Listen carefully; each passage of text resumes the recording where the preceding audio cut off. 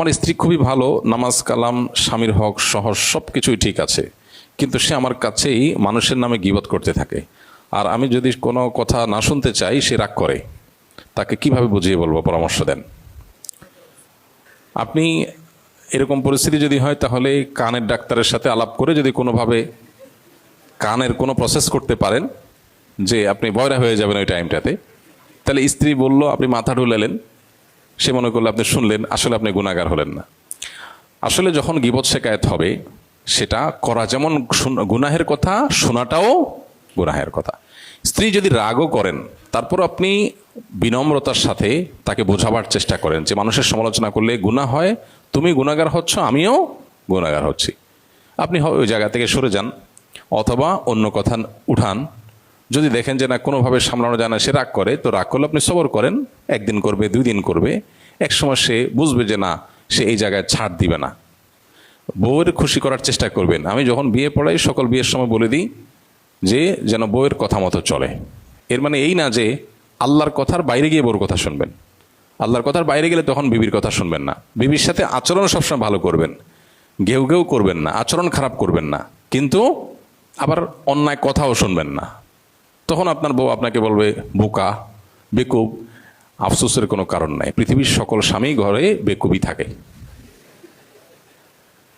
মেয়েরা কখনো কোনো স্বামীকে বুদ্ধিমান স্বীকৃতি দেয় না। যত বড় বুদ্ধিজীবী হোক, যত বড় শিক্ষিত হোক, যত বড় সায়েন্টিস্ট হোক, যত বড় রাজনীতিবিদ হোক, যত যাই হোক, ঘরে বউয়ের কাছে এই কথা শুনে নাই, আমার মনে হয় এমন স্বামী একটাও দুনিয়াতে পাওয়া কঠিন হবে যে স্বামী এইটা শুনে নাই তার বউয়ের কাছে যে পুরুষ মানে বেকুব। এই কথা শুনে নাই এমন স্বামী আল্লাহ জানে কয়জন আছে। অনেকে মনে করতে পারে আমি শুনছি, আমার কাছে শত শত মানুষের হিস্ট্রি আছে, আমি সেজন্য বলছি। অনেক বুদ্ধিমান মানুষও বলে, তো অন্যরা যখন শুনে তো আমি তো আর ভালো করে শুনি, এটা আশ্চর্য হওয়ার কিছু নেই। আর অবাক হওয়ার কোনো কারণ নাই, কারণ আমি তো বেকুব সাজার চেষ্টা করি আরো প্ল্যান ওয়াইজ। কারণ বাসায় যত বেকুব সাজা যাবে ততই সেফ, তত নিরাপদ। যত যা হবে দিন শেষে একটা ওজোর পাওয়া যাবে, আরে বোকা মানুষ তো বুঝে নাই। আপনার মা দিছে বকা, আপনার মা আপনার বউকে বকা দিছে, বউ মন খারাপ করছে, আপনি বলে হ্যাঁ কি হইলো, আরে বোকা তুমি কিচ্ছু বুঝো নাই। কই আমি তো কি হয়েছে আমি তো খেয়াল করলাম না, খারাপ কিছু বলছে। তাহলে 2টা বকা শুনবেন যে তুমি বেকুব। তো বেকুব বকা শোনা অনেক ভালো ঝগড়া হওয়ার চাইতে। যে বিশ্বযুদ্ধ বাঁধবে তার চাইতে 2বার বেকুব শুনলাম, তাতে সমস্যা কি? আর মানুষ অন্যকে বেকুব মনে করলে তখন তার কাছে ভাল লাগে, নিজের বুদ্ধিমান মনে করে, খুশি থাকে। এখন বউ যদি আপনারে বেকুব বলে মনে মনে সে খুশি থাকে যে আমি অনেক শেয়ানা, আলহামদুলিল্লাহ, আমার তো শান্তি দরকার। আমি চালাক সেজে যদি তার সাথে ফাইট করতে হয়, এরপরে সে যে অস্ত্র ব্যবহার করবে ওইটার তো কোনো প্রতিকার নাই। চোখের পানি যখন ছেড়ে দিবে আপনি তো টিস্যু নিতে নিতে হাত ব্যথা হয়ে যাবে, ওটা তো শুকায় কুলানো যাবে না। এই জন্য বাসায় খুব বেশি পণ্ডিতি না করাই ভালো। তাদের কাছে একটু বেকুব সাজলেন, 2টা বকা শুনলেন, এটা ভালো, এটা খুব সেফ সাইড।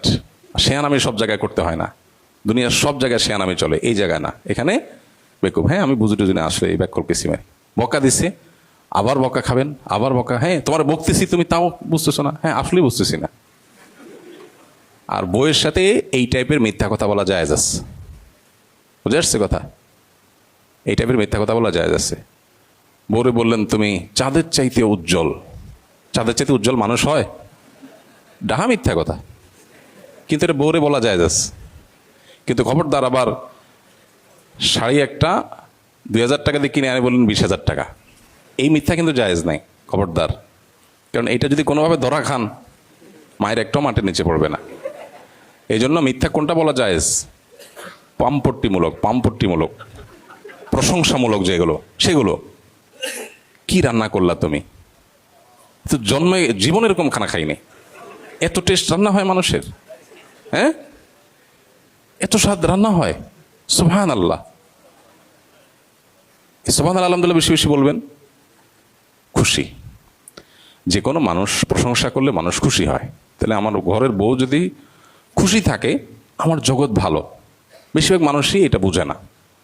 ওখানে খুব ধৈর্য ধারণ করতে হয়। তো এই জন্য আপনার স্ত্রীকে গীবত থেকে বাঁচাবার জন্য আপনি চেষ্টা করবেন, কিন্তু আল্লাহর অবাধ্যতা নাফরমানি এখানে আপনি প্রয়োজনে পালায়া যাবেন। বলবে বেকুব, বেকুব শুনেন, কিন্তু আপনি শুনবেন না। যদি মনে করেন না বউরে খুশি করার জন্য গীবত শুনি, আরও কিছু শুনি, না, সেটা জায়েজ হবে না। অন্যায় কাজে কোনো ছাড় দেওয়ার সুযোগ নাই।